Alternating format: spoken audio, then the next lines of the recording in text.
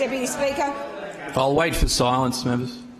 I call the member for Noosa. Deputy Speaker, the operation of this Parliament's committees is crucial to our Queensland democracy and how MPs, as representatives of our communities, are able to affect the changes they seek.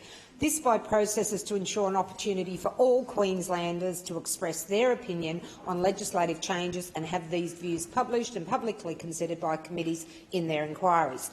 Given the Queensland Parliament is unicameral, our committee system acts as a de facto upper house, and its efficient functioning is vital. On the 15th of May 2019, yes, 4 years ago, Deputy Speaker, I spoke in this House regarding identified flaws in the operation of this system. Extensive research by our interns over 2 years clearly demonstrated why a review was needed.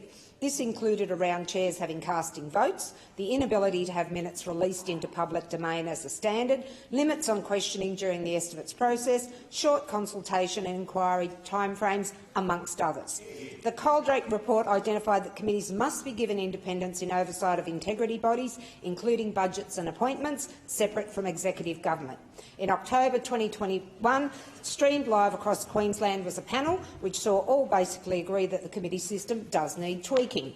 Requests to the Committee of the Legislative Assembly for a review so far have not yielded any results, and this has been detrimental to all Queenslanders, including victims of crimes.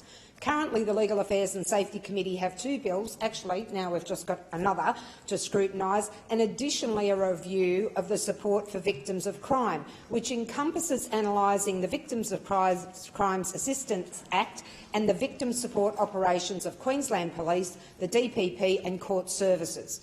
This is an enormous body of work, and that we have not been able to secure a longer time frame than 8 weeks is not acceptable for victims, their families or any Queenslander. It also makes a mockery of the intent on what reviews and inquiries are supposed to achieve for our communities, to fix what is flawed and to do so in a transparent, respectful and efficient manner. Given the ongoing trauma from crime in our electorates, and just last night I spoke of the alleged torture of a young girl in my own community, we owe more to victims than 8 weeks. Having sought unsuccessfully this week for leave for the member for Scenic Rim to move a general notice of motion to extend this timeframe and written a letter to the CLA, the reality is that should a considerable extension not be granted, we are failing Queenslanders, and that's every single person in this chamber, including those that voted against the member for Scenic Rim being Okay, pause the clock. This is not but, good enough. Member for Noosa, if you can resume your seat. Member, what's your point of order? Look, sorry, member from Noosa, but I think we may be straying into anticipation of debate in relation to some of the comments. I know your time is nearly over, but I just want the chair to rule about, anticipation of debate. I'll just get some advice.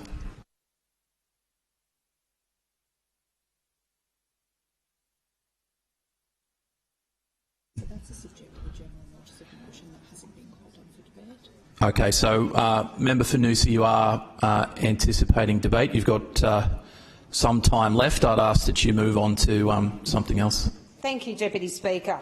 This is not good enough, and while it is more important than ever to make the essential tweaks to our committee systems now, not in 4 years' time. Thank you.